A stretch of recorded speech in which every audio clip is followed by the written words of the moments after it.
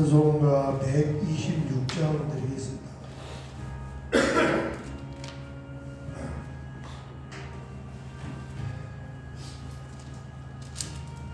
126장입니다.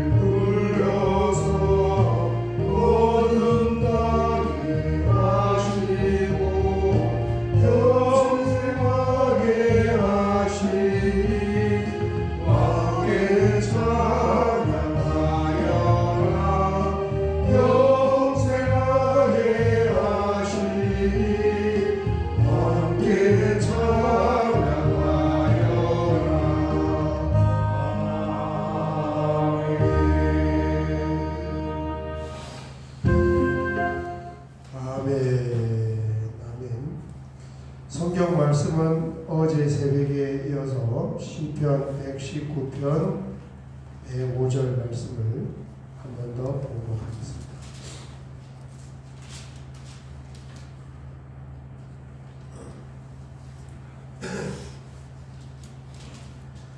시편 119편 103절에서 105절까지 세 절을 같이 봉독하겠습니다. 주의 말씀의 맛이 내게 어찌 그리 단지요 내 입에 꿀보다 더 달이니라. 주의 법도들로 말미암아 내가 명철하게 되었으므로 모든 거짓 행위를 미워하나이다. 주의 말씀은 내 발의 등이요 내 길의 빛이니라. 아멘. 아멘. 오늘 새벽에는 공동 번역 성서가 어떻게 번역되는가 하는 것을 같이 한번 보도록 하겠습니다. 우리가 앞전에 가지고 있던 개역 한글 성경이 1956년도에 편집이 되어서 61년도에 출간이 되었다고 했습니다.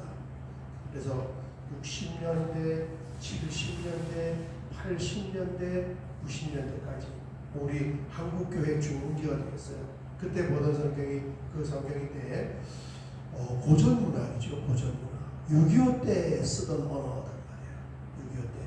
그죠? 많이 바뀌잖아요. 계속. 그래서 이제 그것이 이제 지금 우리가 들고 있는 개역 개정판으로 바뀌기는 1998년도에 개정이 됐는데 그때까지 37년 동안 그 성경을 보는데 그 사이에 이제 무슨 일이 있었냐 하면은 세계 WCC 에큐메니칼 교회 연합운동 이런 것이 있으면서 1968년도입니다. 옛날에 제가 태어나던 해인데 한국 가톨릭과 개신교 대표로 구성된 성서 번역 공동위원회가 발족이 되었습니다. 이제 세계적인 분위기가 이제 연합하고 일치하고 이런 분위기를 따라서 발족이 되어서 이게 벌써 이게 태생적인 한계를 딱 가지고 있단 말이에요. 그죠? 우리 겉으로는 연합하는 게 좋지만 이 진리 안에 들어가 보면 우리 개신교가 가톨릭하고 연합할 수가 있어요, 없어요? 없어요. 그죠? 진리 안에 들어가면 마리아가 무궁하다 하고 마리아가 승천했다 하고 이런 얘기하는 사람하고는 진리 안에서 그게 이루어질 수가 없어. 그래서 이제 어쨌든 이 성서 번역 공동이라는 것은 가톨릭, 개신교 다 모여서 같이 있다. 그래서 그 성경을 공동 번역이라고 불러요. 그런데 그래서 68년에 이제 발족이 되고 3년 1971년도 부활절에 공동 번역 신약 성서가 출간이 됐습니다. 그러니까 신약부터 먼저 출간한 거예요. 그 다음에 이제 한 6년 더 해서 1977년 4월 10일 부활절에 신구약 전서가 출간이 되었습니다. 목적 자체가 가톨릭과 개신교 교회 일치 운동으로 대한성서 공회가 주관을 하고 또 가톨릭이 같이 참여한 그런 이 의의는 굉장히 좋습니다. 의의는 이게 처음이자 마지막. 이게 참 세계 연합 교회 일치 운동으로 어떻게 제정신이 아닌 것처럼 같이 모여서 번역을 했는데 다시는 이런 일이 없을 것 같은 처음이자 마지막 그런 같이 이렇게 한 일인데 구약 성경은 누가 참여했냐면 가톨릭 신부들 중에 신학자들이 참여했고 우리 개신교회는 대표적으로 구약 성경의 그 유명한 기장측의 문익환 목사님이 참석을 한 거예요. 문성규 씨 아버지 북한 왔다 갔다 하는 그분이 이분이 무슨 성경을 번역하는가 봤더니 미국의 프린스턴 신학교까지 이렇게 유학을 한 그런 유학파 실력이 있는 분이더라고요. 그리고 이제 감리교에서 또 몇 분이 참석을 하고 그러니까 교회 연합 우리 가톨릭하고도 같이 갈 수 있다고 주장하는 이 자유주의 신학을 가진 기장측 감리교 그리고 신약에는 통합측 여기 장신대까지도 거기 한 분이 이렇게 포함을 해서 성공회 기감 이런 연문학과 교수들 이런 분들도 같이 팀을 이루어서 신구약을 완성을 했는데 공동번역 제가 이제 공동번역을 왜 말씀드리냐면 여러 가지 번역을 비교해 보다 보니까 다른 성경은 모르겠는데 로마서는 이제 공동번역이 의역이단 말이에요. 우리 한글 우리가 가지고 있는 성경처럼 딱 문자대로 지역을 한 것이 아니고 내용을 풀어가지고 이렇게 설명을 했어요. 그래서 제가 처음 신앙생활할 때 1994년도 그때 이제 예수님 영접하고 성경을 읽으려고 이렇게 읽어보니까 많은 부분도 있지만은 도대체 무슨 소리인지 모르겠어요. 그 개혁 한글 번역단 말이에요. 지금 우리 번역은 우리가 가지고 있는 거 말고 그 앞선 번역. 그러니까 아는 부분도 많지만은 읽어도 무슨 말인지 모르는 부분이 굉장히 많아요. 그런데 그때 이제 어떤 분이 그 기도원에 기도하러 오셨던 분이 자기가 가지고 있는 성경은 굉장히 쉽게 써졌대. 그래서 그거 읽어보면은 아주 내용 이해하기가 쉽다고 그러는데 그 성경이 공동번역 성경이었어요. 의역을 이렇게 풀어서 쉬운 말로 해놨기 때문에 초신자들도 읽으면은 무슨 말인지 내용을 알 수 있는데 단점은 뭐냐 하면은 이걸 의역을 하다 보면은 성경을 번역하는 그 사람의 사상과 생각이 그 안에 집어 들어갈 수가 있어요. 뭐 그러면 어떻겠느냐 이런 생각도 할 수 있지만 우리 경전이잖아요, 그죠? 하나님의 말씀, 말이라는 것이 아가 다르고 어가 다른데 그 하나님의 말씀이 뭐 조금이라도 변개가 있으면은 안 좋은 줄 믿습니다. 그대로 원본 내용 비슷하게 똑같게 그렇게 가야 되는 거예요. 아무튼 공동 번역이 그렇게 탄생을 했는데 용어를 이제 이게 문제가 커요. 가톨릭에서 쓰는 용어하고 우리 개신교에서 쓰는 용어하고 어느 용어를 따라갈 건가? 그때까지 가톨릭은 하나님을 뭐라고 불렀냐면은 뭐라고 불렀어요? 천주님이라고 불렀어요. 천주님이라고. 그래서 천주교단 말이에요. 어감이 너무 다르잖아요. 우리 개신교는 하나님이라고 불렀어요. 그러면은 자 가톨릭하고 개신교 대표들이 와서 지금 성경을 번역을 하는데 당장 이 하나님이라는 용어도 이걸 천주라고 해야 되냐 하나님이라고 해야 되냐 보통 문제가 아니죠. 이게 누가 양보하겠습니까? 그래서 천주님과 하나님이 절충해서 탄생한 그 이름이 하나가 있는데 그게 뭐예요? 하느님, 하느님. 그래서 이 하느님이라는 절충해서 탄생을 해서 지금 이 가톨릭에서 하나님을 천주님이라고도 하지만은 하느님이라고 그렇게 부릅니다.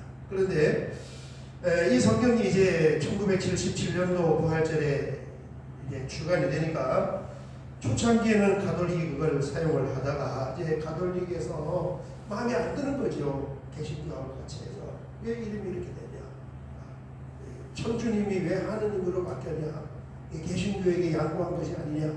그렇게 해서 초기에 사용하다가 영찜집에 새로 2005년도에 천주교가 자기들 나름대로 다시 번역을 해서 지금 공동 번역을 안 보고 자신들이 새로 개정을 한 그걸 보고 있고 대한성공회 한국정교회 이런 데서도 사용을 했는데 놀라운 사실은 개신교 우리 개신교에서는 단 한 교회도 공동 번역 성경을 공인 성경으로 예배시간에 보는 성경으로 채택을 안 한 거예요. 참고하는 것만 보지 안 보는. 우리 다 뭐 봅니까? 역사와 전통 존 로스부터 1911년도, 37년도, 그 다음에 56년도, 98년도 그 라인으로 번역이 된 개역 한글판 아니면은 개역 개정판. 감리교 일부는 이제 요즘 새번역 내일은 새벽 예배 쉽니다. 내일 새벽 예배, 오전 예배, 성탄 예배 그리고 내일 모레 이제 새번역 정도만 한번 더 보면은 다 볼 것 같아요. 감리교는 요즘에 새번역을 보더라고요. 우리 성경 앞에 보면은 그 주기도문 그리고 사도신경에 새번역에 이렇게 들어와 있어요. 이게 새롭게 쉬운 말로 그런데 아무튼 개신교에서는 이걸 받아들이지 않았는데 놀라운 사실은 뭐냐면은 이걸 누가 공동 번역을 가져갔냐면은 북한에서 이 공동 번역을 가져가는 거예요. 북한은 이 종교인을 어떻게 양성하냐? 북한은 이제 명목상 여러분 아마 뉴스에서 봉수교회, 칠곡교회 이런 교회 이름을 들어보았을 것입니다. 그게 대외적으로 형식상 교회예요. 그 뉴스를 보니까 평양을 방문했던 분들이 그날이 부활절임에도 불구하고 평양 봉수교회가 문을 안 열었다는 거예요. 부활절인데. 그러면은 정상적인 교회가 아니고 이제 명목상, 형식상 그래서 무슨 외국에서 그런 방문해서 교회의 모습을 보여줄 때 동원되는 교인들이 한 100여 명 이렇게 동원되어서 그렇게 예배 흉내를 내는데 거기에서 목회하는 이 목회자들 절도 있고 성당도 있고 정교회도 있고 폼은 다 갖췄어요. 그 종교인들은 어떻게 양성할까?